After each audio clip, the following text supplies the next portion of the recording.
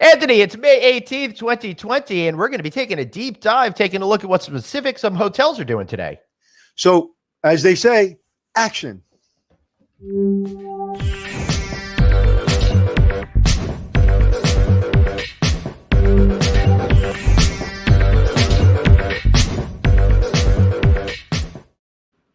Anthony Melchiori, so great to see you on this Monday morning afternoon. So let's get it out of the way. Tell me about the barbecue accident. Go. All right. So if anyone can see right here, I had a little bit of a situation right there. Me, a rack of ribs. We fought it out. I won. I ate the thing, but I suffered a little bit. What happened is I was trying to flip it. Some juices went flying all over the place. I tried dodging and weaving. Didn't happen. I got smacked up pretty bad. So for those people listening on our podcast, he has two little red marks under his right eye, right? No, it's left forehead injury, and I got some burns on my finger. It's not good, Anthony. But I want you to know, I recovered all weekend with the sole goal of being able to talk to you today. You motivated me all weekend. You made me get through all of this pain. I felt like the English patient, but I'm back and ready to go. All right, brother. So we're in the new normal. Like people are talking about what's the new normal. We're in the new normal. Places are opening up. Things are opening up. Different countries are opening up. We're here to talk to two gentlemen that are feeling it every day. So let's start the show, brother.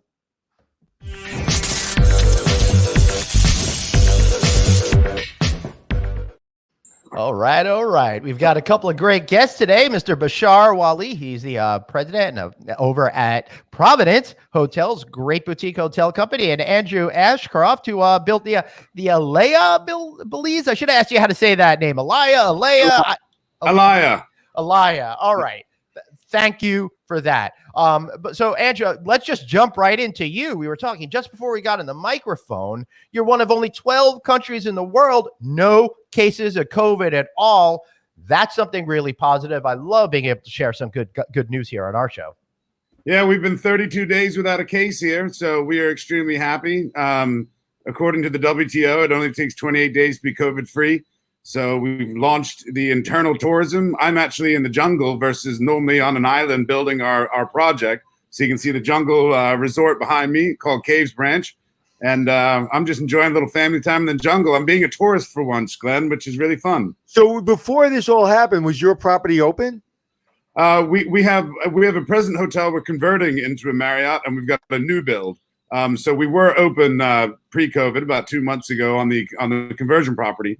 But we're building the other one. But now we're, obviously closed, and we'll stay closed until we open up as the Alaia Autograph at the end of the year. Well, that's exciting. Do we have those pictures to show how beautiful the hotel is? Yeah, let's bring them up real quick so we can take a quick look at this. All right, so we're trying something new. We're incorporating new technology and stuff like that. This is what the rendering is of what the property is going to look like. Dang, makes me really wish I was in Belize right about now, Anthony. Look at that. I love, I like blue, I like light, and I think that is the perfect palette. So when people say, what does the hotel look like post-COVID? What material should I use? I think that's it. I think everything there, you can clean it very easily. You can move those planters around to maybe for social distancing, separate lines. I love the fact that the room is, it's relatively big. It's not huge, but it's well done. There's not a lot of material, not a lot of fabric. It's gorgeous, absolutely gorgeous. How far into the project are you? We're about 70% completed with construction. We should be done with construction by October, November now. It was supposed to be a summer, but we had a 2-month shutdown with COVID. But we'll be done by the end of the year, and subject to Marriott coming in, we should be open by anywhere between December, January, February. It depends on what the new normal of Marriott inspections look like.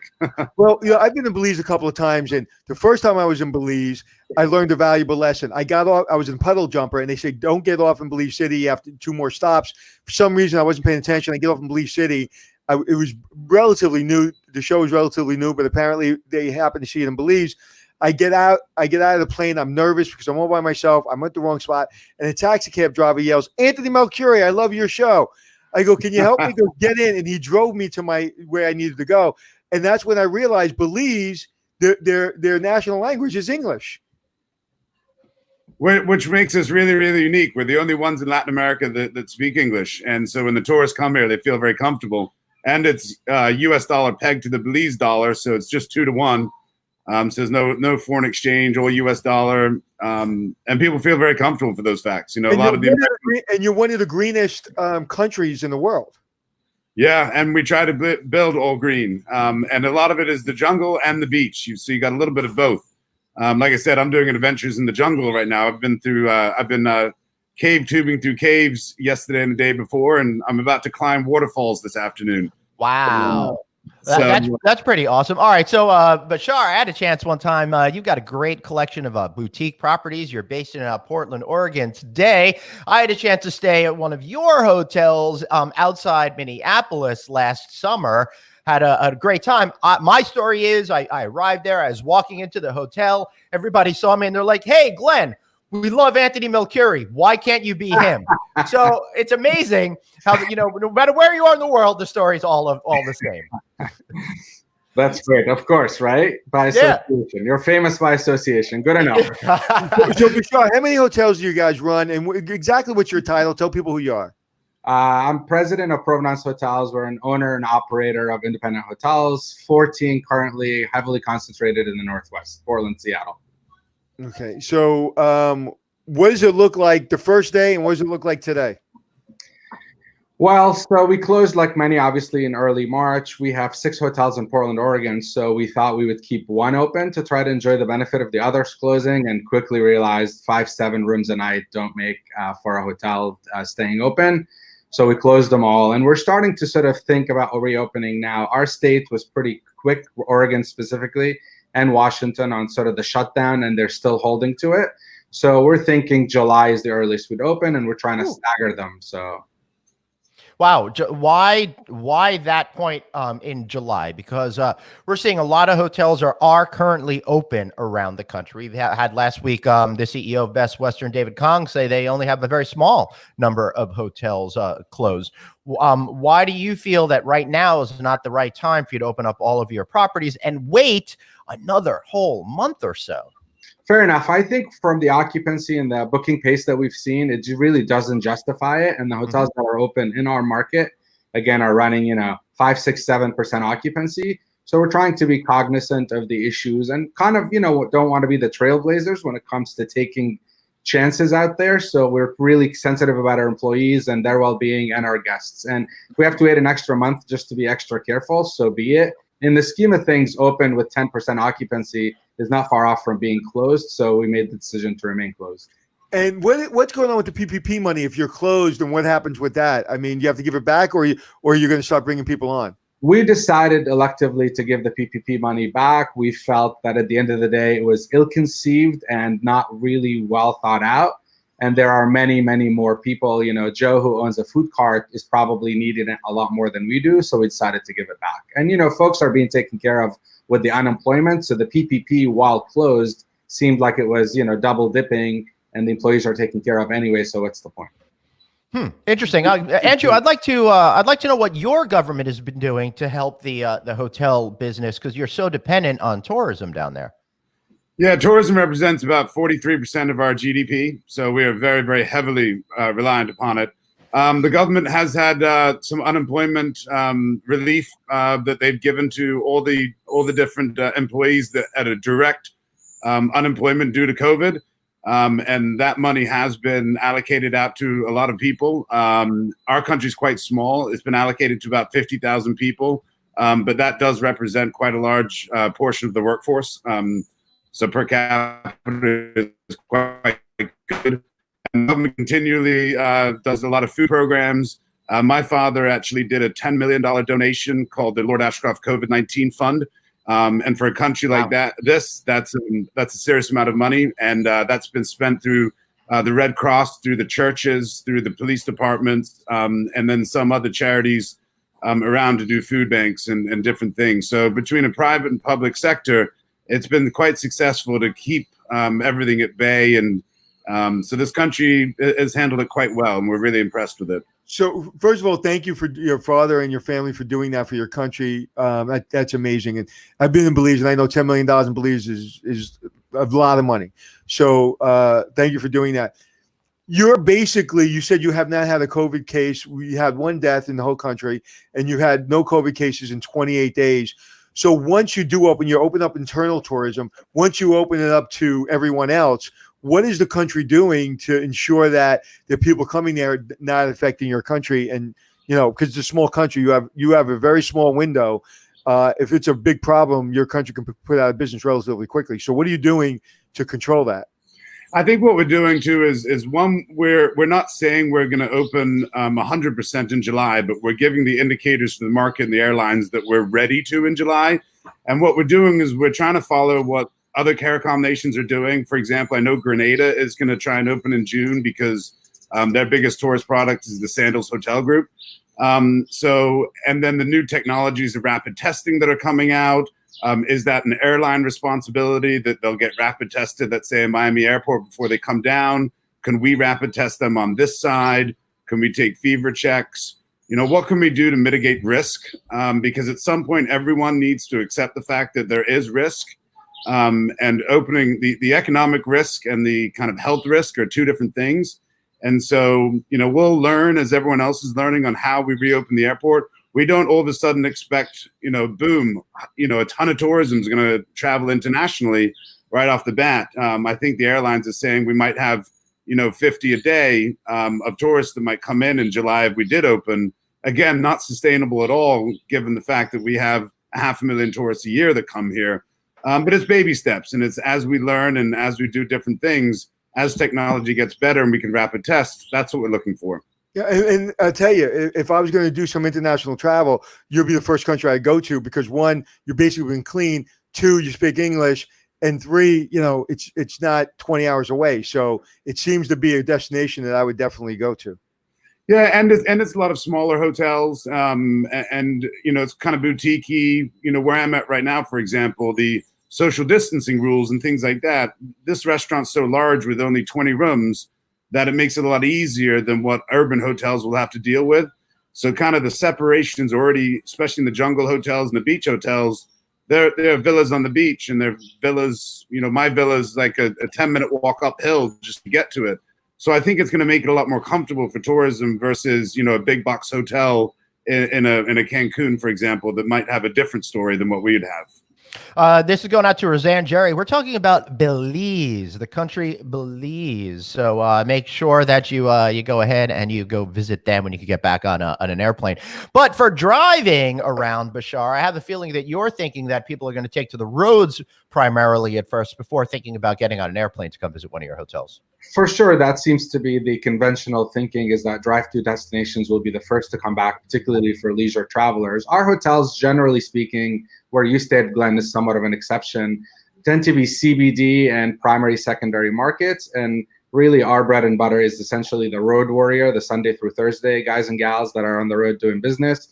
And again, it seems to us that the economic engine that is the corporate travel doesn't seem to be in conversation at the moment. We think probably after Labor Day, you know, where I live today, Nike is headquartered here, is multinational global company, and they have not given any indications that they're going to start moving again. So we're kind of paying close attention to big corporate America.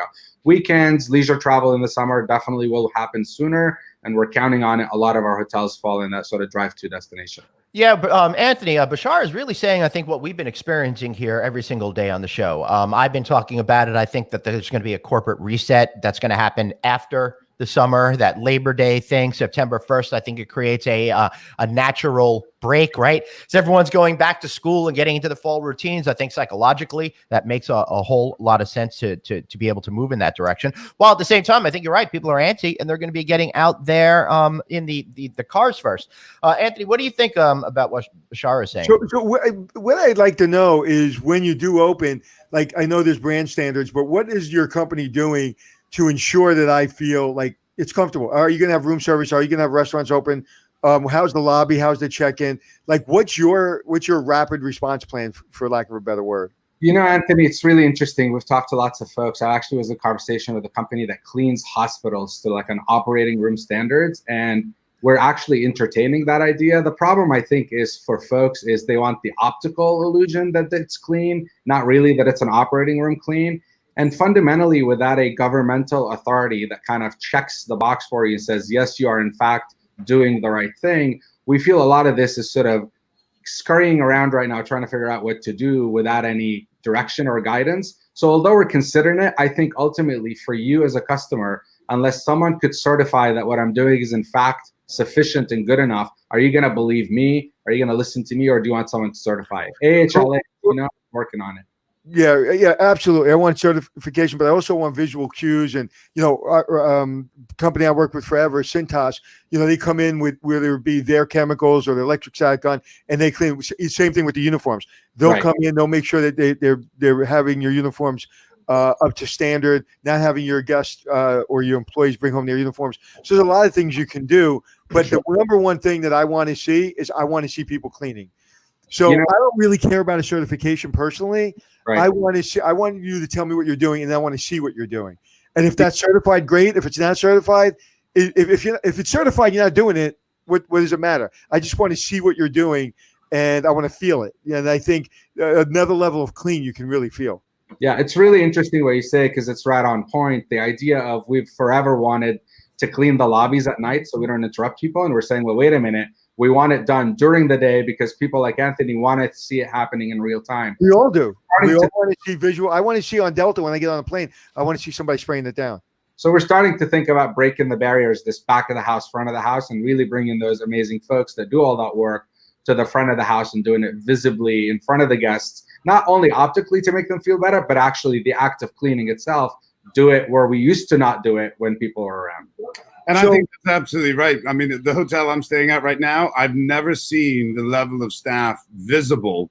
And he's doing the exact same thing here, is that, before it was, staff would walk around and never really see the guests. You're seeing them. They're cleaning tables. There's hand sanitizer on every single table like this right here. It's also visible. It makes you feel better about it. So I agree with that. Right. And then you're going to go online. Like you just told everybody, that resort, you probably don't want to say the name, but that resort makes you feel better and you probably go back. So that's what it's all about. So Bashar, what do you think? We're living our new normal. Everybody's like, what does the new normal look like? Well, guess what? This is what the new normal looks like, right? I went on a bike ride at 6 o'clock this morning, I had a face mask on.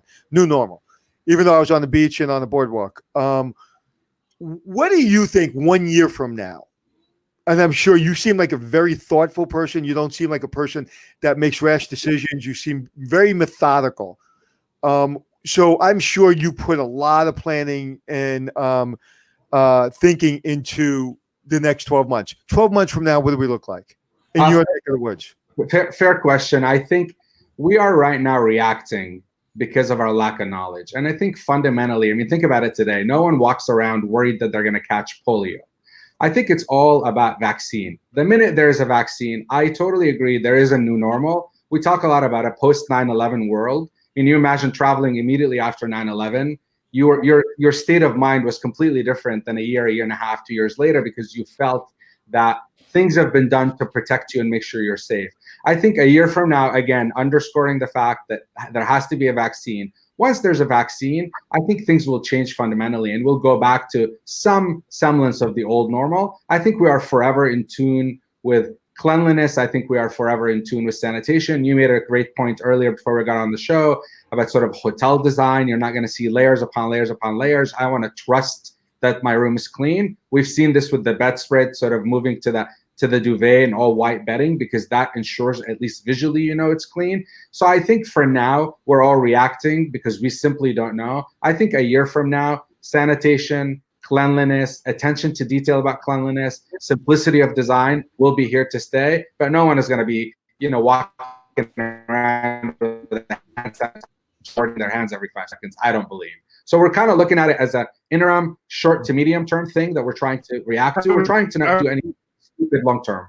Right. Yeah, Bashar, I completely agree with you, but I will take that one step farther. I think regardless of whether or not there's a vaccine a year or not from now, we're going to get back to the old normal, going about our business. I think when we use the term normal, it might be thrown around too much, right? Normal is whatever I'm doing every single day of my life. And after 9/11, in my opinion, I wasn't really scared to travel. I might be a little bit right now, but once you do it once or twice and you start to get that comfort level, I think all bets are off. I think we're going to start to feel like we're normal. You add in a couple of those visual cues that we've been talking about here on our show every single day, so people could feel reassured that there's cleanliness, just kind of like I feel reassured that the TSA is helping protect us. Okay, I know it's security theater, but that's story for another day. I think that means we'll just get back to it. I think I'm feeling in society right now, at least in America. I don't know, Andrew, what's going on with you in Belize, but everyone here is just kind of over it. And I think that's just going to push us forward no matter what happens with ever this second wave. I know, Anthony, you probably disagree with me a little bit differently on this. Well, I disagree in the sense of, yes, people want to get back to it. I want to get back to it as bad as anybody. But when you say we're going to push through it, we can push through it at this point. But once it rears its ugly head again, and you start seeing 300-400 people in the hospital in New York City, that's right, box trucks full of, so yes, it's going to rear. If it does rear its ugly head, it'll get slapped back. It's not like we're going to rush through and see hospitals overwhelmed. And I mean, it's going to stop. I mean, it has to. I don't know. So it has to, in my opinion, but I could be wrong. But no, I could be wrong. I fundamentally think that, and I've said this before on the show, that I think even if it comes back, people are going to say the economy, and move forward. I'm not saying what I personally believe, but I do think herd mentality, and I'm seeing the way the pendulum is swinging right now, and we're swinging much more in the economy over health sort of an issue. But again, we're, like if you look at New York, right? We had 1,700 cases or 3,000 cases, whatever the number was, and now we're down to 350, 400 cases. My friend who was a doctor had 300 people COVID in his hospital. Now he's got like 70 or 80. So you go back up to 300-400 people are going to get scared again. If not, listen, I don't want to be talking hypotheticals. What I do want to do is I want to go back and think about, again, getting back to normal. I want to get back to normal. And hopefully we can do that if we do it safely. Wouldn't you love a little movie about the first commercial flight with like 200 passengers for the first time flying on a commercial jet? I would love to hear how scared they were, how afraid they were, what the things they did to make themselves feel better, the questions they asked the pilot, the airline. How do I know I'm going to be safe? How do I know my luggage is going to get there? I would love that mentality. It's like the person when they use their credit card for the first time when booking a reservation. I remember what it was like, right? So that's kind of where we're at now. It's like getting back into life. It's like we have that fear, but at the end of the day, once you start doing it, you keep doing it. As long as everybody's being smart. Like I was on the boardwalk this weekend, and I'm going to tell you, it was busy. And I would say 99% of the people were doing the things the right way. And the people that weren't were in a little group.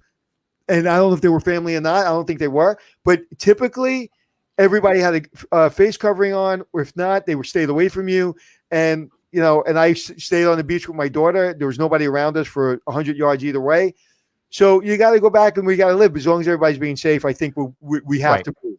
Not the case out here where I live, where our local supermarket now has a security guard to make sure that you wear a mask when you go in, and people aren't too happy with it. I've also noticed that 2 weeks ago when I would go to the major grocery store here, everybody had masks and gloves now. Now everybody seems to have jettisoned the gloves, and nobody feels that that's worth it anymore. So I do see us, again, inching back towards a life before this. But Andrew, sorry, Anthony. Go ahead. I was going to say, I was in the market and I have gloves and a mask on, and most people have a mask. Almost everybody has a mask on, but nobody's having gloves on. Listen, if you wash your hands, you don't need gloves. I just like them because that way I don't put my hands in my mouth. That's why I do it too, because I can't stop myself. I'll be honest with you. Dr. Primus put out a list of 10 things that are myths and 10 things that are facts. And I had to take it off my social media because people were just going crazy, because he said sneezing is not a symptom of COVID. It's not. And everybody's like, what do you mean? If somebody sneezes on me, I can get it. Like, we didn't say that. We just said, if you sneeze, it means you sneezed. It doesn't mean you have COVID. And so it's such a hot topic, and people are on both sides of the aisle that it's really difficult to it's really difficult to come together. After 9/11, we came together. I don't see us coming together. Well, that's a whole other issue. That's why I stand in the aisle. I'm not in either political party, so that way I get to think for myself at all times. Andrew, I want to come back to you, sir, because I don't want to get all mired in America. Your country, you said 43% of the people, it's not people. The economy is based on tourism. What are you doing in regards to, what is your country's leadership doing in regards to talking to the airlines to try to create more of a virtuous circle to get people coming back and visiting you? Because without your airline partners, you yourself, sir, are going to be in a lot of financial issues going forward. Yeah, and again, it's a very delicate balance, because if you start telling the airlines, no, I'm not going to open, no, I'm not going to open, an airline has an asset called a plane, and they'll just say, well, Jamaica's going to open, we're just going to reassign that plane over Jamaica. And it's taken us years and years and years to get those planes. Right. On average, from when you start talking to an airline to actually getting that flight is at least a year to 2 years away. And once you start losing them, getting them back is just impossible, which is why it's so important that the government here, in a very responsible manner, starts saying to those airlines, I'll give you a date. If that date is now or if that date is November, here's your date. And that means that the airline has the surety that, all right, on that date, it is going to open and we'll be fine. Now, even if you don't have a date, is your country doing what you're doing? I asked you how you found us, like how you come to show, and you said, well, you're working with a company out of New York. I actually know the company very well. So now you're on and you're doing a really great service, not only to yourself, but to your country. Because now I'm thinking about Belize. Is your country going out with any marketing about all the positives of Belize? Because that's a great story. Yeah, we've got a board here. We've got the Belize Tourism Board here, and they've come out with a series of campaigns about people missing Belize, and they put them on posts, put them around social media. They're doing different contests to win weekends here when it does open. So they've been very, very creative in trying to get out to the market and saying that, I know you're missing the jungle right now, but the jungle's here waiting for you. And our slogan right now is, it's worth the wait.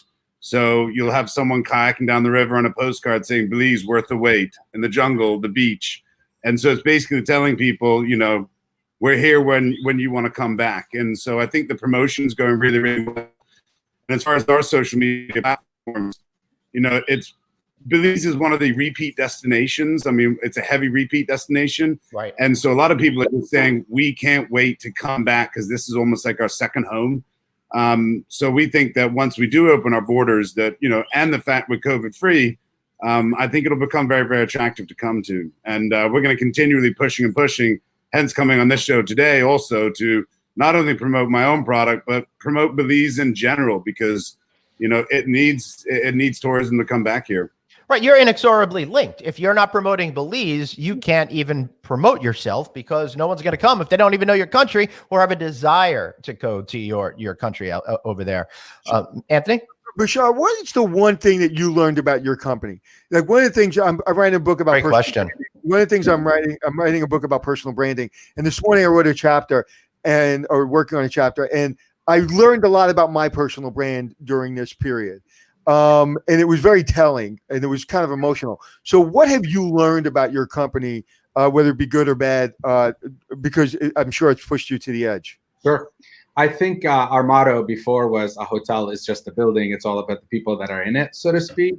And I really learned the importance of kindness, particularly during tough times. We've always preached it. I don't think we've always practiced it. And this situation has forced us to practice it. Mm-hmm. Whether it's kindness towards employees, coworkers, subordinates, vendors, etc. I'll give you a quick example. We all sent a letter to all of our vendors, like many of my colleagues did, to say, listen, we love you. We're sorry. We're in this together. Can't pay you. And a vendor that brings fish to us in a restaurant in Seattle, literally a guy with a boat that kind of does it on his own, called, could have easily ignored his call, sent him off, pointed him to the letter. But, you take the call, you listen, and you find out you owe this guy $2,000. And $2,000 for this guy will probably change his life. It's inconsequential for us. So we looked at it case by case, and we wanted to really be kind to a lot of the people that were there for us. So I can't emphasize enough, in my opinion, the value of kindness before, during, and particularly now in a post-COVID world. We really, truly have to be kind to each other up and down the chain, and be responsible for each other, and not just sort of walk away and come into a letter. And I think that's perfectly said. And Andrew, coming into your country, one of the things I realized, that taxi driver that saved me, the kindness from your country is something that stays with me. Yeah, and it's amazing. The Belizean people are the nicest people ever. I mean, we come from a kind of a melting pot of culture down here, where there's 8 different cultures, and it's almost equal population across the different cultures. and people are just friendly. They're nice. They love the tourism coming in. And, I've got the similar story right there is that right when the shutdown happened, my chef came up to me and said, before you have the discussions about reducing salaries, please take away my salary first. And I was kind of blown away by it because we weren't even talking about, do we reduce salaries by this or this or this? How do we survive this? It was just him coming up to me saying, I'm ready to go, take away my salary. And I think there's tons of stories like that out there in the hospitality world that you see now of just the level of kindness of people that have showed around here. And, I see people out in the streets giving food away to other people. And I mean, it's just tremendous. And I hope, and kind of going back to what does this new world look like, I really hope that this kindness and remembering kind of this time really keeps with humans for a while, because humans do have the unique ability to forget. But I think kindness is the exact word that should be kind of floating through the hospitality world as far as the back and front of house of hotels. Yeah. And what I think is happening, that kindness, because it's been happening, we're in this for a long, 2-3 months already, and it's going to go on for a period of time, that I think for most people, they're going to find a part of themselves that they've lost and maybe understand that they have, their number one thing is to be kind. And I've always tried to practice that. I feel I'm even kinder during this period, and hopefully coming out of this, I won't forget the lessons I've learned. Yeah. Hashtag kind killers, right? We were talking a lot about that before all this stuff went down on our checking in podcast. Oh yes, we were, weren't we? Mm-hmm. Yeah. And my theory of kind killers is kind of like, you can be like Bashar, you're trying to keep your business afloat, and you're a killer in the sense of a businessman. You're going to keep it together you for your family, for other families, but you can also be kind and say, listen, I can't help this big company. Maybe I can't help US Foods, but I can certainly help this guy with his boat. Right. It's $2,000, and that $2,000 is going to make a difference. And that's what we have to look at. We can't help everyone. We've said it over and over. We're in the same ocean, different boats. Yep. And that to me resonates completely. And I'll talk about something that happened with me and Glenn. On Friday, I had a little bit of I just wasn't in my right head. I usually am in my right head. And we talked over the weekend, and I said, I was in a bad mood Friday. I cut myself off the show. I was just not in a good mood. I wasn't in a good head. And I wasn't being kind to myself, and I wasn't really being kind to the show. And I was like, you know what? Let me breathe. Let me take a walk, and I'll feel better. That's almost never happened to me. I'm not a moody guy. I'm not ever in a bad mood, typically. And so it was a very interesting thing. So every single person's got to remember that we're all normal, we're all human, and we've just got to be nice to each other, because every single person is going through this. We're all in the same motion. But I think that's, sorry to interrupt. Perfectly said, if I may. I think the first and most important thing is to be kind to yourself. These are really, really rough times, and we're all holding ourselves to a very high standard. And I think unless you're kind to yourself and care for yourself, you're going to be no good to anybody else. So right on, Anthony, instead of saying you got to be kind to yourself first before you can project it to the world. That's a great attitude to have, Bashar. And I think that all of us in some way try to have that particular type of attitude of being kind for yourself. But it's so tough, especially in difficult times when there's so many things happening and so many variables out there. It's easy to beat yourself up. I know me personally, I keep beating myself up, and sometimes my wife has to beat me up to say, stop beating yourself up, because because I'm trying to figure out what these next moves are going to be. Thank goodness that Anthony and I have come together to create this show, which is being so well received. But I'm also trying to figure out other things in my life in order to be able to generate income, be able to create a future for myself, all of that. And that's a lot of stress. And I think that all of us have this tendency in life to discount the stress that we are personally feeling. It's easy to say, hey, everyone else should chill out. But when it comes to us, we want to take on more and more and more a lot of times. So we have to make a concerted effort to make that separation from the stress that we're having and the life that we want to lead. And I know, Anthony, you were saying that last Friday, you were feeling a little off. After the show on Friday, I dropped everything and I went for a walk in the woods just to try to clear my head a little bit, because I was feeling a little lit after the whole week. And I still feel like that, Did you walk to Belize? Did you join Andrew? Did you walk so far? I was about to say you have a jungle. I wish, man. No, we got woods. They have jungles. Thank you. Yeah. But listen, we have to get back to it, and it's the way we get back to it. And I just hope all this pent up stress of staying home, that people, when they go out there, if somebody's wearing a mask, fine. If someone isn't, just stay away from them. I don't want to start seeing all these social distancing police sending camera pictures on Google and Facebook and yelling at people on the beach. It's like, listen, your job is to protect you and your family. If somebody else is being an idiot internally, I'm upset about it. But I'm not going to get into a fist fight or yelling, screaming match because somebody doesn't have a face mask on. And I think that we just got to, like you said, Bashar, we just got to be kind and just move on and live the life that you're meant to live. So Glenn, what kind of great questions do we have, buddy? All right. That's a very good question. A lot of people are just really viewing a lot of comments as opposed to questions today. About how people are feeling about things opening up and all of that kind of stuff.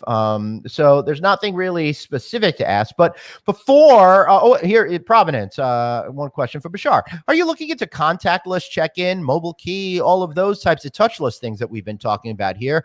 Is that realistic for you? What are you thinking, Bashar? Interesting. Again, I am a huge believer in the idea of human connections, and I think social distancing is absolutely the wrong word. It's physical distancing we're looking for. We want to engage together more. We started testing out paper key cards that sort of last, I think, 7 times you can use them. And now there's a company that's sort of flashing out single-use paper cards. I think as a result of this, we're starting to think a lot about disposables. And we have made so much progress in terms of being environmentally friendly and thinking about one-time things. And I see the pendulum swinging in the other direction. I think we have to be careful in what we think about. So the alternative to sort of one-time use is I just bought and we're testing out this UV light box to sort of put the key cards in it. So when I hand you a key card next time you stay, it's actually been disinfected with UV light. So we're testing out a lot of things. But look, ultimately it is impossible to cover every touch point. Door handles and elevator buttons, and. I think fundamentally we need to really take a much higher standard of care in sort of ensuring. But at the end of the day, it's not 100% foolproof. But to Anthony's earlier point is we have to show people that we are trying our very best to make sure they're all safe and in any way we can. Again, the UV light is one option, wipes at every area, disinfected at every area. But outside of that, we kind of have to be careful not to go so crazy and destroy the earth in the process. And wash your damn hands and don't touch your face. Exactly right. Exactly. And I couldn't agree more. Great point. It's about mitigating risk. I mean, nothing's going to be 100%. And I completely agree with the environmental side of it. I've read a lot of articles about we don't want to make this an environmental disaster also by single use. I mean, we in Belize banned single-use plastics here last year. And then all of a sudden, because of all this kind of curbside stuff, instead of eating at restaurants, we're noticing some styrofoam around the place, which is banned. But somehow that's gone to the wayside because of COVID. And I think that, those sort of things, we've got to remember these environmental parts and what we as hospitality have been trying to do with the green movement and everything to do with that. So I agree there is no perfect solution, but, don't forget about one thing and mitigate the other. Bashar, I'm curious, why wouldn't you go to keyless entry on your phone? Is it a capital expense issue, or is it you just don't believe in it? I totally believe in it. As you know, for us smaller independent hotels, we just don't have, we have systems that don't match, that are sort of over time. It really is a capital expense over time. I think inevitably that's going to come because what's the point, right? My view about the human connection is really the interaction you have in hotels, whether it's a nod or a smile. It's not about handing you a key. I think eventually we're going to get there. I think it's too quick now to try to get our arms around it, particularly us small guys. I think eventually keyless entry is the way to go. We use it at home now. It's become the norm. People are used to it. Right. Yeah. And as we've said here time and time again, we're big believers in that we think all trends that were in the marketplace will still be there at an accelerated pace. We don't think that things are all of a sudden going to come out of nowhere, except maybe when it comes to cleaning protocols and stuff. But all the other things that we see out there, faster, faster, faster. We've already been moving towards this trustless society anyway. We'll just get there a little bit quicker. I got a question for both of you, gentlemen. Andrew, maybe we start with you. How are you viewing revenue management efforts as you start to enter a ramping up stage? Well, we're in a fortunate position right now to where we're not open and that we are under construction. As far as once we do open, it is going to be a lot of competition out there to be able to, how do you do your revenue management? And are you competing against your asset class inside Belize? Are you competing against everyone? And, before we had 5 competitors in this market. But if we start reducing our pricing down in order to increase our occupancy, we're now competing with 20 different hotels because the classes start intermingling within each other. So I think for us, I think by the end of the year, it's going to be a totally different thing. So I'm sure that Bashar probably has the opening a lot sooner than us, has more thoughts onto it. But, we wouldn't want to all of a sudden just start discounting our rate and losing our identity to be able to then, go down to different classes where we've invested so much capital into making our product what it is, to kind of reverse back to then put the heads and beds philosophy of occupancy. It might be a dangerous situation for us, and I'm sure many other hotels around. And that seems to be the attitude that we are seeing, particularly here with all the hotels we've spoken to in the United States and Europe. They do not want to trade occupancy, get better occupancy for the sake of lowering rate. Better to just find ways to create some value for guests, keep that rate up, and try to find a way to get that occupancy up. Bashar, I've got another good question for you. Beyond the revenue management, people want to know how the weather is by you. But most important, we want to hear about the revenue management part. So the revenue management part, I think Andrew is spot on. This idea of our industry has been notorious through these down cycles of the race to the bottom. And the race to the bottom is truly nothing more than a zero-sum game. Because if I sell my room cheaper than it should be, I lose the value for my room long term. And ultimately, me lowering my rate is not going to drive someone to come to this city that wasn't coming anyway. It's only stealing market share from the next guy, who then lowers his rates and steals it from the other guy. And before you know it, the market is decimated in terms of rate, and they won't be able to get it for years to come. So fundamentally, I think you have to be obviously cognizant of what happened economically across the spectrum, but we also have mouths to feed and we have employees to take care of. So we are very, very, very eager to make sure that we hold our rates to a fair position, create value, as you mentioned, Glenn, in other ways, make sure the value proposition is there for you, be more flexible on booking windows and minimum length of stay and all that, and cancellations, because there's a lot of uncertainty. But if a product was worth $1 pre-COVID, it should not be worth 50 cents after, because it's not going to make a difference. And we hope that our competitors and colleagues follow that same idea, because the race to the bottom is dangerous. We're doing a webinar Thursday at 2:00. Me and my partner, our company Hospitality Success, we're doing a free webinar. We're talking about how you open post-COVID in the new normal. And I'm talking about how you're opening up the hotels, and we're talking about revenue management. Jeremy Pinkerton will be talking about that. And it's free and it's detailed. And it's really, bring a pen and paper, but please go to hospitalitysuccess.com or Hospitality Success on Facebook. We'll be there Thursday at 2:00. I will personally be doing a webinar about how you get your hotel back open. And my partner, Jeremy, will be talking about how, from a revenue management standpoint, you think about it. And I can't agree with either one of you more. It's exactly right. And well, I could agree with both of you guys more. I'm agreeing with you more. There we go. But I said this a couple weeks ago, and out of hand, people said no. And it was just almost like a throwaway thought, because I really didn't believe it myself. Mm-hmm. But just like a resort fee, people didn't know what that was. Why am I paying your electric bill and your gas? And you have more expenses, but why are you pushing it on me? So the resort fee kind of blew up, and companies got sued. But at least in a hygiene fee, if I come in and things are really, really spotless, and my rate is a decent rate, but it's not like lowball rate, but I get a $20 hygiene fee, and I come in and I see 1,000 people cleaning the place, and I really see and feel, why not? I think that's interesting. I saw a receipt online that I think I saw that too. Viral on a the restaurant. Yeah, is that fake or is that real? And I kind of agree with Anthony, though, if there was some sort of hygiene fee. But again, I kind of go back to what Bashar said before about the new normal, is that humans forget. Once this vaccine comes out, I truly believe that things will go back to normal again. I think cleanliness will be on the top of people's minds. But all these things like a hygiene tax and things like that are good on the short term. Yeah, but we've got to remember, in the long term, humans forget. Short term, absolutely. When the vaccine comes, this will all be over. Right. Remember that energy surcharge? What was it, 10 years ago or so? That came and went pretty quickly there. Okay. Look, Anthony, the idea of, if I may add, the idea of a hygiene fee, really interesting. I actually haven't thought about it before, but that to me is sort of, it's like telling me you're going to charge me a good service fee, right? Like, I expect good service from you. I expect your hotel to be clean and sanitary. It seems counterintuitive for the kind of work that we do now.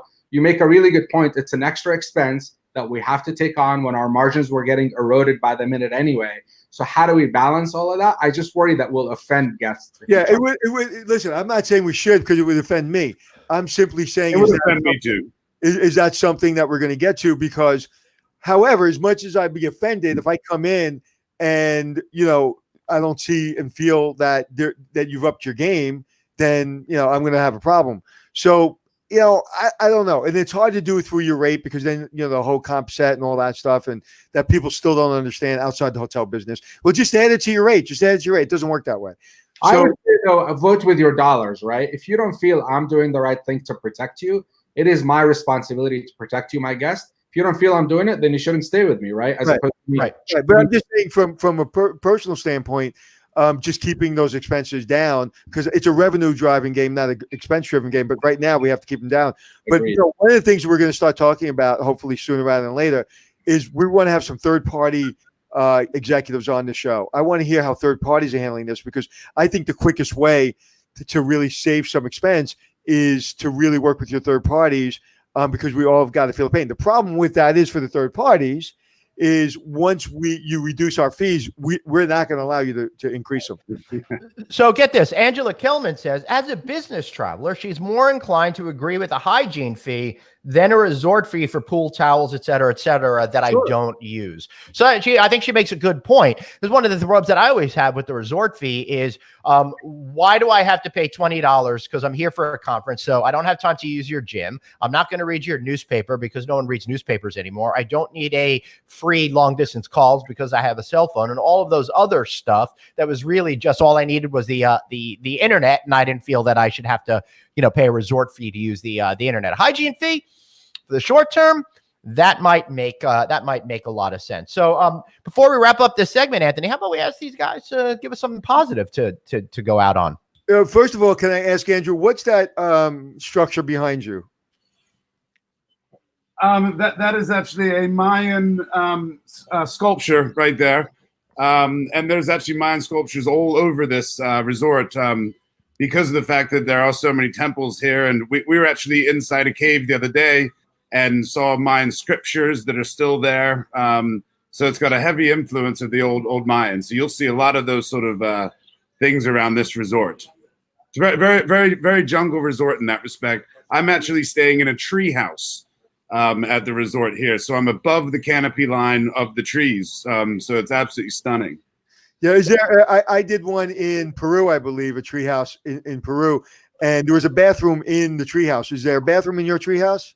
Oh, it's actually quite a luxurious tree house, I've got to say. I've got an outdoor shower, an indoor shower. It's a 2-bedroom unit. They're quite nice. This is it's more like glamping, really. And if you don't mind me asking, what does the price on something like that go for? During the normal era at a place here, it's called Caves Branch. It'll be about $600 a night here for a 2-bedroom. Okay. Wow. All right. That's a small hotel in New York City, small hotel room in New York City on a Tuesday night. When you put it into that context, it seems like a real good deal. I know. It's crazy. So Andrew, tell people how they can find you. When's your hotel opening? Tell me why I should come to Belize. Well, one, you should come to Belize because it's so unique. And I think it's still on kind of one of the bucket lists. You've got the Blue Hole here, which was discovered by Jacques Cousteau. So the scuba diving, some of the best in the world. And then you've also got the jungle right there, too, that you can take a hopper plane between the two. We at Alaia Belize Marriott Autograph Collection open towards the end of the year, but it could be January, February, depending on the construction. We're on a very, very eco design, and we're also, strangely enough, kind of equipped for this new normal we're talking about because our condos are large. They're anywhere from 1,200 square feet to 2,600 square feet, and the property is quite big. We've got multiple pools, multiple areas, so we'll be looking forward to welcoming guests once we're open. And Belize itself it's still that little gem. I mean, I still have people say, "Where is Belize?" For anyone who doesn't know, the viewers out there, south of Mexico, east of Guatemala. But where's Guatemala? It's still one of those. It's still one of those gems that people want to discover because everyone's been to the major areas. So. Yeah, that's true. I drove from Tulum to Belize, and I will tell you, it was very, very hot in Tulum, and then I went to Belize, and I was like, man, it was cold in Tulum. I do feel a little bit of sweat coming off this. I'm not sure if it's being online on a show or the heat. I think it's being under the pressure of having to answer Anthony over there. Bashar, before we get something positive for you to wrap up, I also got a question from Mark Anthony Crimmy, who wants to know, does your OTA relationships change for the better, perhaps post-pandemic? Do you renegotiate your margins? What's your strategy there? I hope they are practicing kindness, as we talked about from our side, because we hope that it permeates through our society at every level. We are talking to them. They've been very receptive so far. They've been very open. The problem is nobody knows what that new normal looks like yet, so no one is inclined to make any permanent decisions right now. They're being sort of interim period, very cooperative, and saying, kind of kicking the can down the road and saying, let's see what happens. I think fundamentally, again, that industry has gotten sort of clunky, and I think they realize it. And they're starting to sort of rethink their business strategy and how do they become allies and advocates of our industry rather than enemies, because it seems like we've been forever enemies. We both need each other. I mean, I truly think of them as a reliable source. Use it when you need it. But fundamentally, I think the relationship will change, hopefully to the better. And we need to treat them with respect, because we're easy to sort of call them out when we don't need them, and God, when we need them badly. So I think fundamentally that the relationship will change. And I think it's really important from their side to understand that there's going to have to be some give and take, and probably a little bit more give in the long term than take, because your expenses are going up as a hotelier. Their expenses may go up in advertising, but they're probably going to have some cuts from the executive level, employee level, that are probably may or may not come back. But your expenses are going to go up, and they're not going to go down anytime soon. So I think there's got to be a little bit more giving than taking from their side if they want to be good partners. And I think as hoteliers, we'll remember that for the long haul. I think the insurance companies that are doing these great commercials, giving back money, I'm remembering that. I'm going to remember that my insurance company sent us back money and I didn't even ask for it. So those are the types of things I think that they can do to really get into good graces. And again, I've always been upset with people that say third parties are the enemy. I said, thank God for the third parties, because January and February and March in New York City wasn't great 10 years ago. And because of third parties, now people are getting word out that it's a great time to come. I agree. Great. Well, gentlemen, thank you so much for being here today. We really, really appreciate it. Bashar, how can we find you, sir? ProvenanceHotels.com. I am an avid loser of LinkedIn. I'm on there constantly. ProvenanceHotels.com.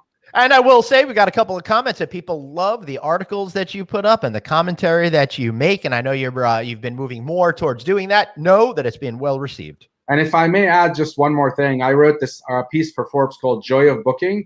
I'm encouraging everyone that have plans to travel, even though if you're not certain, book that room, book it now. As long as we hotel people give you the flexibility and make your life easy to cancel it, your booking will infect others to book and will also show us confidence that you're coming back and coming back strong, and hopefully help us all move forward and really think past this crisis and think about what the future holds. So book it now. Certainly for us, we'll let you cancel it. No harm, no foul, anytime you want. But book it now so we can start to see that booking pace moving. Beautiful. Thank you, gentlemen. Really appreciate you both being here. Anthony, a really interesting conversation today that we had. It's good to see that people are starting to focus on, on what they can do to make their businesses more successful when they reopen, when they come back, and all of that kind of good stuff. And I'll tell you, this past weekend, I had a little bit of a social distancing company come here for the first time, and it was strange. It was unusual, and then it quickly went to being too comfortable and too familiar, and it was a whole lot to absorb. I got to be honest with you. Yeah, and I felt the same way this weekend. We're still doing very much social distancing. No one's coming over. We're still basically on pretty hard lockdown. But I think, again, I took a drive on my bike this morning at 6 a.m. There's nobody on the beach. I went down to the beach this weekend with my kid, one of my daughters, and we were away from everybody. But I'm not comfortable yet with everybody, because I have three children. And they all have friends. So once I open it up, like, how do I say no to one? So everybody's got to make their own decisions. But I am out. I am about. My family's walking. We're out. But it's I think Bashar said it best, or Andrew said it best. I think we need a vaccine, and then everything goes back to normal. So I got a couple of questions that we could answer. I didn't want to really bring that stuff up while we had our guests on because they weren't really applicable in this case. But I have a question for you before you start. Yeah, absolutely, sir. You like my new camera? I love your new camera. I could see you so much more clearly now. I love it, but I'm a little bit intimidated by your gosh darn good looks. When you were in regular definition, I wasn't as intimidated. Now I'm really scared. Yeah, I don't blame you, bro. Yeah. All right, so I'm not covering my big ears with the headphones anymore, so you can make fun of my. All right. Anyone having issues with employees not wanting to come back to work as they are making more money sitting at home rather than working? You can see why I didn't ask that question beforehand. But Anthony, yeah, we've been talking about this. Some of the owners and operators and brand representatives see this is a very real issue. It's a real big issue, and but it's supposed to end in July, so those people are going to need jobs. With that said, all the jobs are going to be back. So should it end in July? Should push to August? Because if it ends in July, they don't get their jobs back, we're in trouble. So it's a catch-22. Listen, at the end of the day, it'll figure itself out because those people that aren't going back to work, those owners will figure it out how to get employees to come back to work, even if they have to pay more money. I don't know what the answer is. All I know is that you can't force somebody to come back to work that doesn't feel safe. However, if I do have a job and I ask you to come back and you are healthy, I can basically I can challenge your unemployment because we have a job for you. So there's a lot of tools you can use, but also you have to have sympathy. And as Bashar said, kindness matters. Yeah, one of the things that I'd like to it's a hard thing. I've thought about it for weeks now, and I've thought about writing an article about it, and I just can't. It's a hard play right now. So you kind of said two things that aren't necessarily complementary to each other. So let's see how we can make them complementary to each other. Because you said if you have the job and you want that person to come back and work because they're getting unemployment, you have a job for them, but you also want to be kind. What if they've got a lot of fright and anxiety and all of that about coming back? How do you recommend handling something like that with one of your valuable team members? Personally, I say, okay, stay home. To me, that's just as that's just as common as if you had the cold or you broke your arm or you couldn't. Well, so do you pretend that you didn't have a job open for them and move to the next person on the list and let them stay with unemployment? How do you rectify that? Well, it depends. It's a difficult question, especially if you're asking in a union setting or non-union setting. Right.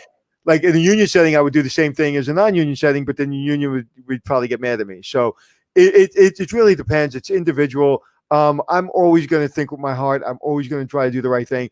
I am not going to force somebody and also, the bullshit artist, a person that has been milking the system forever. Right. And maybe he was on about to get fired. And then this happened and now he's just milking it or she's milking it more. You have to make decisions individually. I think it's your business and you have to make those decisions. If they were a good employee and that they have fear and anxiety, you can't force people to come back, and you have to be kind to them, and you have to be genuine with them because people have phobias. I can't sit in the middle seat in an airplane. And you know this 100%. I will miss a flight. I will miss my speaking engagement. I will give back the money. I will not get in the middle seat in an airplane. Cannot do it. Yeah. Fear? I don't know. I literally cannot breathe. So everyone's got their thing. Right, Anthony, you said something in there that I think makes a lot of sense. You got to use good judgment. You have to understand who the individual is that may or may not be scared to come back. Perhaps they're a great worker that's always showed up every single day in good times and bad times, no matter how they were feeling. And that might be the type of person that you want to work with. You want to make sure that you can find ways for them to feel more comfortable before re-entering the workplace. It's been very traumatic and stressful for a lot of people in a lot of different ways. But you're right, Anthony. What if it is that person who's always trying to game the system? You guys out there are smart enough. You know who's a dedicated employee. You know who are the ones that are there just for a job. But you also have to be very careful because, you can't really pick and choose. That person that doesn't want to come back because they're saying they're fearful, you can't like pull their unemployment and then give it to somebody else that says they're fearful, but you think they did a better job. That's not what I'm talking about because that's just not fair. And that's, you can't do that. However, I'm saying if your spidey sense is tingling and somebody's not really scared to come back, I wouldn't take somebody's unemployment away from them. So I understand what you're saying. Yeah. But I wouldn't take somebody's unemployment, even if I thought they were milking the system, because I'm just not that guy. Right, but there are definitely situations out there where this has the potential to occur. Absolutely. There's no easy way. Listen, this is where I say, in the book I'm writing, there's three things. What is the formula to get through things like this? So what are the formula for the things that made me successful, whatever level of success I've had in my life? Okay, one, I take no prisoners. I have a terminal disease called the FU disease. I'm going to stand up for myself every day, 10 times on a Sunday. I'm creative, right? I think I'm relatively creative, and I'm transparent, and I think I'm a realist. If you do those things in this situation and you're looking at your situation and you take no prisoners, but you're empathetic and you're a realist and you're creative, you can figure your way out of anything. So I think to listen to somebody's webinar, or to listen to me, or to listen to Glenn is not the answer. It's what does it feel like? What does it look like? What does it taste like in your neck of the woods? And and you have to make a decision for yourself and always follow the letter of the law. Never do anything that's against your human resources policies or that's not legal. And I think if you do that, you'll come up with creative ways to get around these problems. Right. Yeah, I agree. One comment. Not a question as much as a comment. Hold on, hitting the wrong button. Boop.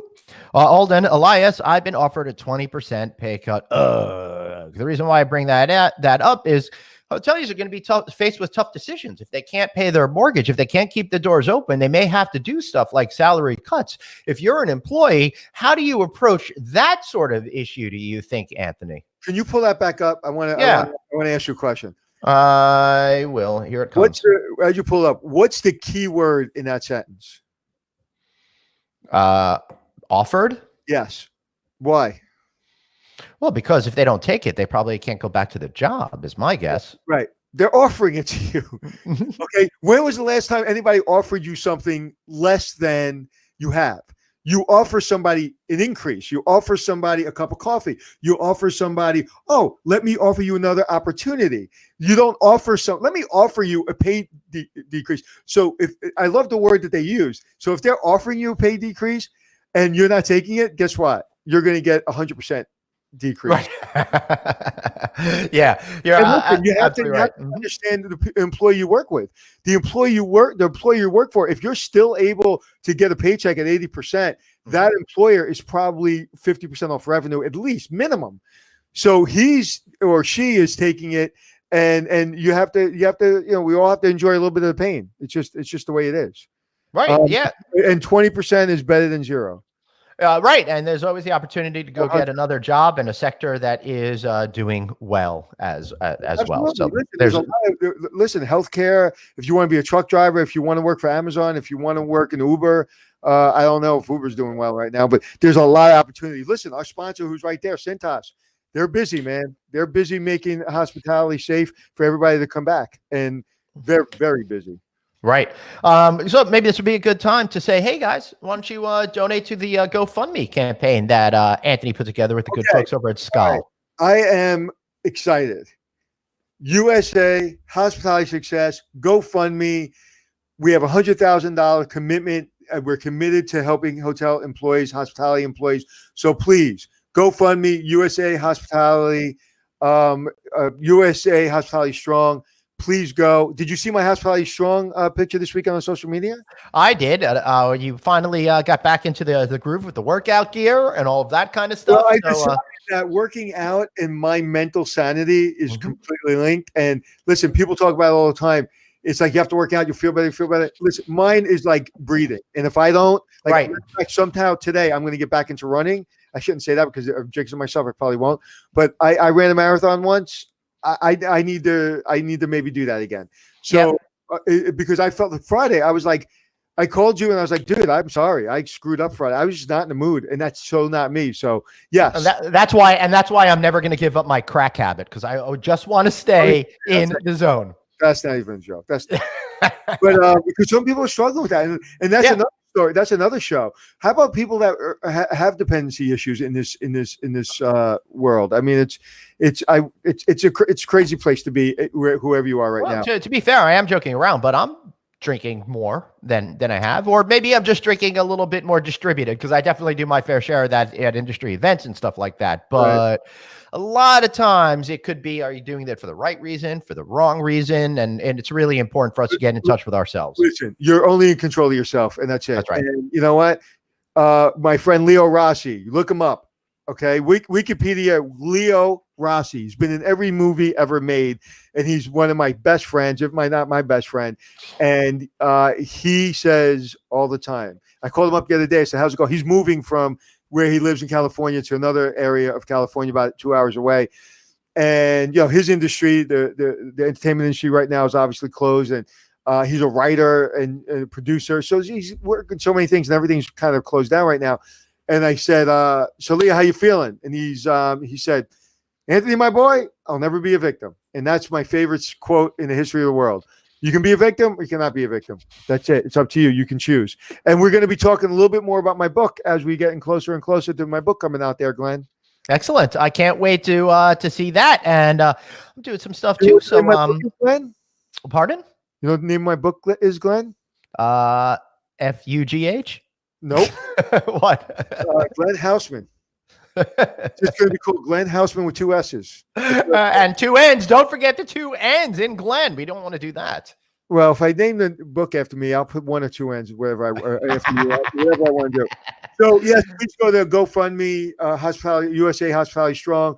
Scal and myself have partnered, so please donate whatever you can, and you'll hear more about it as we go forward. When's our poker game, Glenn?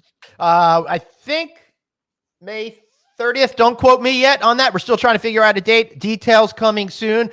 Producer David is working all of that out right now. As soon as we have an official announcement, we'll make it. But an unofficial announcement is you all out there are going to get a chance to play poker with Anthony Melchiori himself right there. If you got the right amount of money and you got the right attitude, you're going to go toe-to-toe with our man right here. Listen, me and my friends play every night about 8 o'clock, and we don't really play for any money, but I was on a tear, and now I cannot win a hand to save my life. So you'll probably get me when I'm probably losing all my cards, so you can all make fun of me.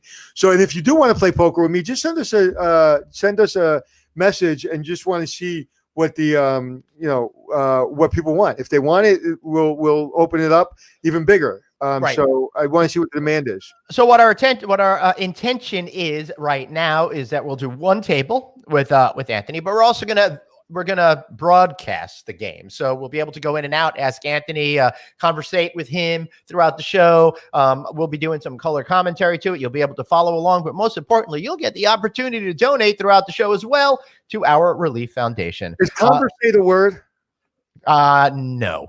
Okay. But I was hoping I wouldn't get called on that. Okay. But thank you for taking me to task, out to the woodshed with me. No, I really didn't know. You're the writer. You have a much bigger vocabulary. I don't know. It might be a word somewhere. I feel like it's something that George Bush might have said in 2003 and people made fun of him. Listen, we played Scrabble this weekend, me and my family, and I was coming up with big words like for, the, hello. So yeah, my vocabulary's been weak. But you want? Oh, look at this! Before we go, check this out. You did an amazing job inspiring the graduates of Boston University Hospitality Administration on Saturday. Thank you so much for your positivity. You know what? I thank you very much. I was asked to do a little speech for the graduating seniors at Boston University Hotel School, and I will tell you that that kind of woke me up. I'll be honest with you. They woke me up because they deserve better than I think I did a good job. I didn't do my best. And that literally is probably, and that's why I'm glad they wrote that. And I'm glad you put it up because that was the catalyst to my call to you. That was the catalyst to me kind of just feeling better. Is like, I didn't do a great job. I didn't do my best. I did fine. Fine doesn't live in my world. And I was like, yeah, it was good. Wasn't great. I don't do great. You can see the tears in my eyes. I was like, I got off the thing and I was like, damn, I could have done better. I didn't talk now 1 ounce about what is it like to be a senior coming to the hospitality industry. It didn't even come up. And so I was a little disappointed in myself. And I don't remember feeling like that in a long time. I've done a lot of stuff. I've done a lot of speeches and I've never got off and said that was fine. Like that was fine. It was passable. And so thank you for the kind words. Hopefully I inspired. And the thing that I kept on beating the dead horse to was, don't ask for permission, ask for forgiveness. Now we need the young generation. No longer can you say, "Oh, the young generation, the young generation." These kids are dealing with stuff, and they're going to be the beast of our industry. They're going to come on. They're going to be creative. They're going to be entrepreneurs. And I told them, don't come in my office and give me your resume. Knock my office door down. Don't knock and throw it on my desk. Say, here I am, and this is what I can do for you. So if that message got out, thank you. And thank you for saying that. It was an absolute privilege to do it.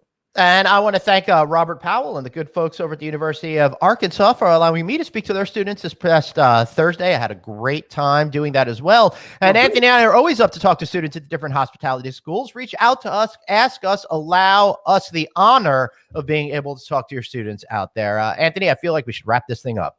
Yep, absolutely. And remember, the industry is great, but you have to be creative. If you come into the industry like a graduate did a year ago, you're gonna have a problem. If you come in and you kick the door in, you're gonna go far, because we need innovators. We don't need yes people right now. We need innovators. Right. And if you want to learn how to play poker with Anthony, or to send me sympathies about my horrible facial scarring, send a note to glenn@rouse.media, and be sure to send a text to hotel to 66866 to get our newsletter. So all you got to do is the word hotel to 66866, and boom, it'll prompt you for your email, and you will be subscribed. Anthony, let's get out of here. All right. Okay. Go to ready. All right. So here's our go to Hospitality Success on Facebook, and Glenn, take it away. All right. So remember, guys, you've got one life, so blaze on, and thanks for